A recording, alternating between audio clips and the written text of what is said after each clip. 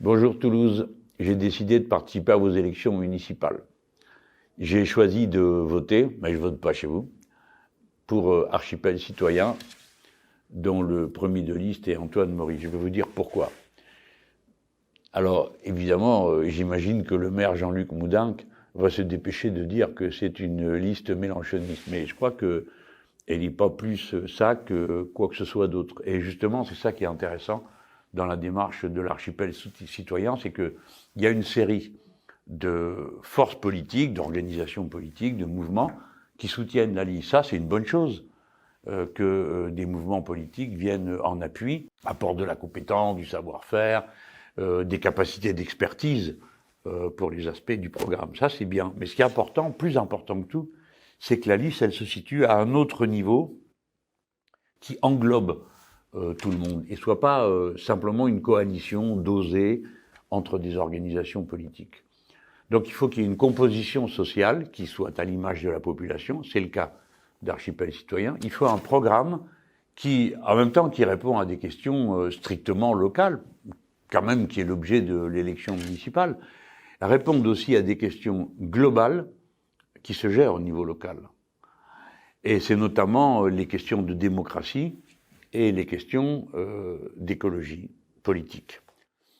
Alors pour ce qui est de la démocratie, je crois que c'est important de voir que Archipel Citoyen est la seule liste qui va vous proposer le référendum d'initiative municipale.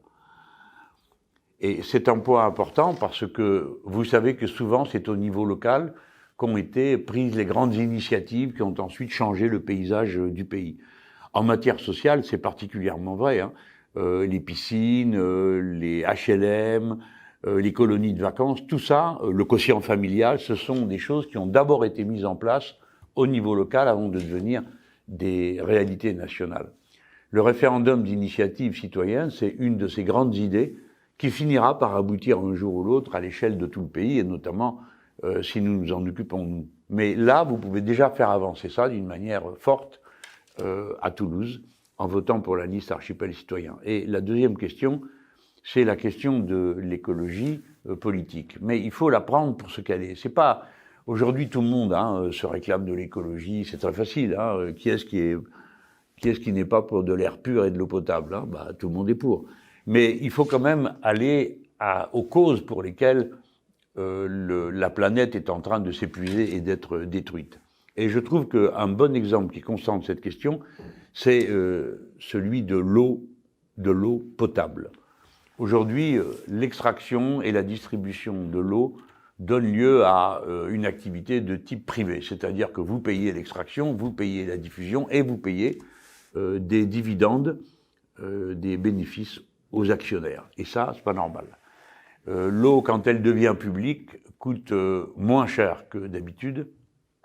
Et surtout, elle oblige la puissance publique à réfléchir très sérieusement et à organiser tout le cycle de l'eau, c'est-à-dire aussi bien son extraction, sa distribution, son traitement, que son retraitement après usage. Et je crois que ça, c'est une des grandes questions du XXIe siècle. Ça n'a l'air de rien pour l'instant, parce que les gens ne se rendent pas compte vraiment de l'importance de l'eau dans le cycle de la vie, ni du cycle de l'eau dans la nature. Mais c'est une des questions auxquelles l'humanité va être confrontée très rapidement. Et bien ça aussi, vous l'avez dans le programme d'Archipel Citoyen, et il n'y a pas d'autre exemple que dans ce programme.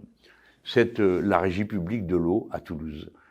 Nous autres, les Insoumis, nous disposons des meilleurs experts sur la question, des gens qui ont déjà pratiqué dans leur commune, dans des agglomérations, le passage à la régie publique de l'eau. Et par conséquent, on offrira cette expertise à l'équipe de l'Archipel Citoyen si vous décidez de lui confier les rênes au Capitole.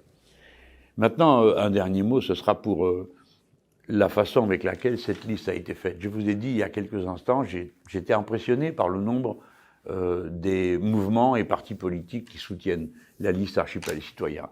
Les Insoumis, bien sûr, Europe Écologie Les Verts, Nouvelle Donne, et même Place Publique, qui soutient la liste. Et moi, je crois que c'est bien, mais ce qui m'a beaucoup frappé, c'est que il y a eu une élection en ligne et qu'il y a eu des gens tirés au sort qui ont été mis sur la liste. Si bien que cette liste, véritablement, n'appartient à aucun parti, aucun mouvement, aucune organisation. C'est pas qu'il faille s'en méfier, c'est que c'est mieux comme ça parce que ça vous permet à vous tous de vous rassembler sans que vous ayez l'impression de participer à un bras de fer sur un autre plan entre des organisations politiques. Toutes ces raisons font que il faut qu'une fois de plus Toulouse montre l'exemple et envoie un signal à toute la France. Je ne peux pas oublier que c'est en m'élisant député européen que Toulouse a permis que démarre cette longue et à mon avis belle histoire qui a conduit jusqu'au résultat de l'élection présidentielle de 2017 avec le programme L'Avenir en commun. Et bien là, en donnant de la force, de l'impulsion à l'archipel citoyen, vous allez faire quelque chose qui est à la fois utile localement, mais qui va être un bonus nationalement. Allez, bonne chance l'archipel citoyen.